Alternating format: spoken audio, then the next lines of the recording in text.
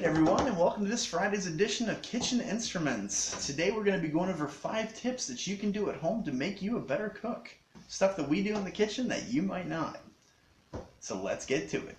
Okay, so I'm going to share with you guys a quote from Marco Pierre White, who's one of my favorite chefs of all time. And he said, "To be great in the kitchen, all you have to do is a lot of little things well." And that is a great philosophy. So a lot of times the only thing that separates the home cook from a professional chef is just stuff that's so little, so minor, so easily fixed. And I'm going to show you guys how to do some of those things right now.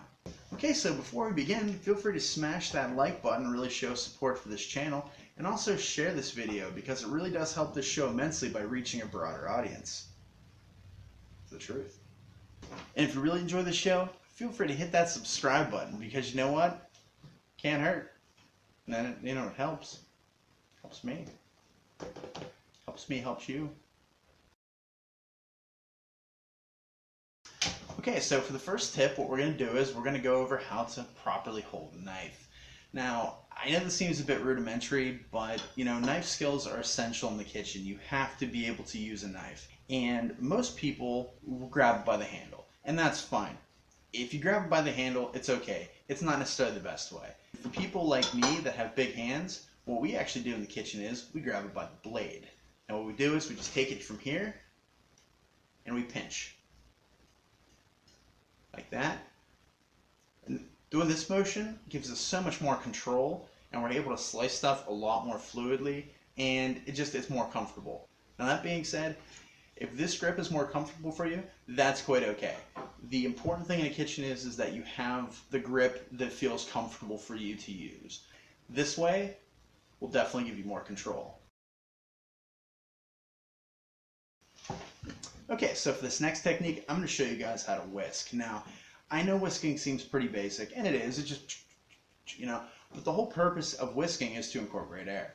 Now, there's a better movement that you can do to incorporate more air into your product, which will help you whip creams faster, emulsify sauces faster. It's a better way to do it. And what we're going to do is we're going to do a figure 8. Now, this motion right there is actually what's going to help you incorporate more air into your sauce because you're getting more movements with the whisk. You'll be able to whip creams faster. It's just going to be a much more efficient way to do it. And best part, it'll save you some aches and pains in your arm. Okay, so bear with me for this next one, but for this next tip, I'm going to show you how to properly shake a pan. Yeah. Now, the reason this is important is because there's a specific motion that you can do while you're on the stove when you're cooking something that will actually emulsify sauces for you, and it's a better way to recombine sauces that have split or even just to incorporate other things into your sauce. Now, this technique is a lot like that old movie Willy Wonka and the Chocolate Factory, the one with Gene Wilder way back in the day. He talks about how he always mixes his chocolate via waterfall, and that's because it creates oscillations and incorporates the chocolate into the water. And that actually is kind of what we're doing here. We're creating little oscillations in the pan that help incorporate butter into our sauce, and you don't even have to have a whisk. It's super nice, it's super efficient, it's the best way to go. Let me show you.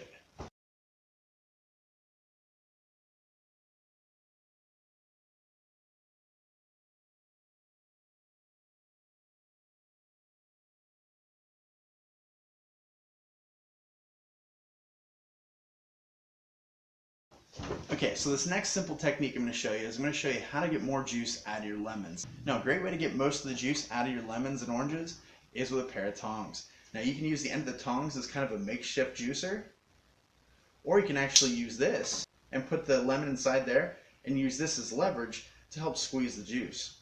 You'll get every bit of juice out of that bad boy. Super nice technique. You're welcome. Now, let's say you don't have any spray release like Pam or anything like that, any cooking spray. A nice alternative that makes your life a little bit easier is using a stick of butter. Actually the stick. Most people just try to melt butter or whatever and spread it. Why? You don't even need a paper towel. Just use the stick of butter. It actually conforms to the pan. It's amazing. It's kind of like you're coloring, but instead of using crayons, you're using delicious fat.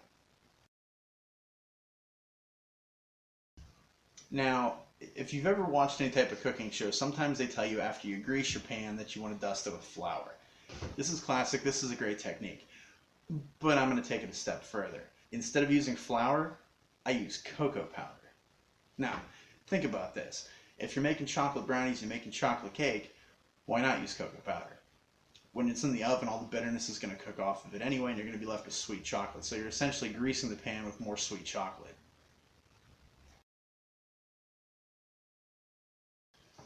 Okay, and for those of you who made it to the end, I'm going to give you a bonus tip.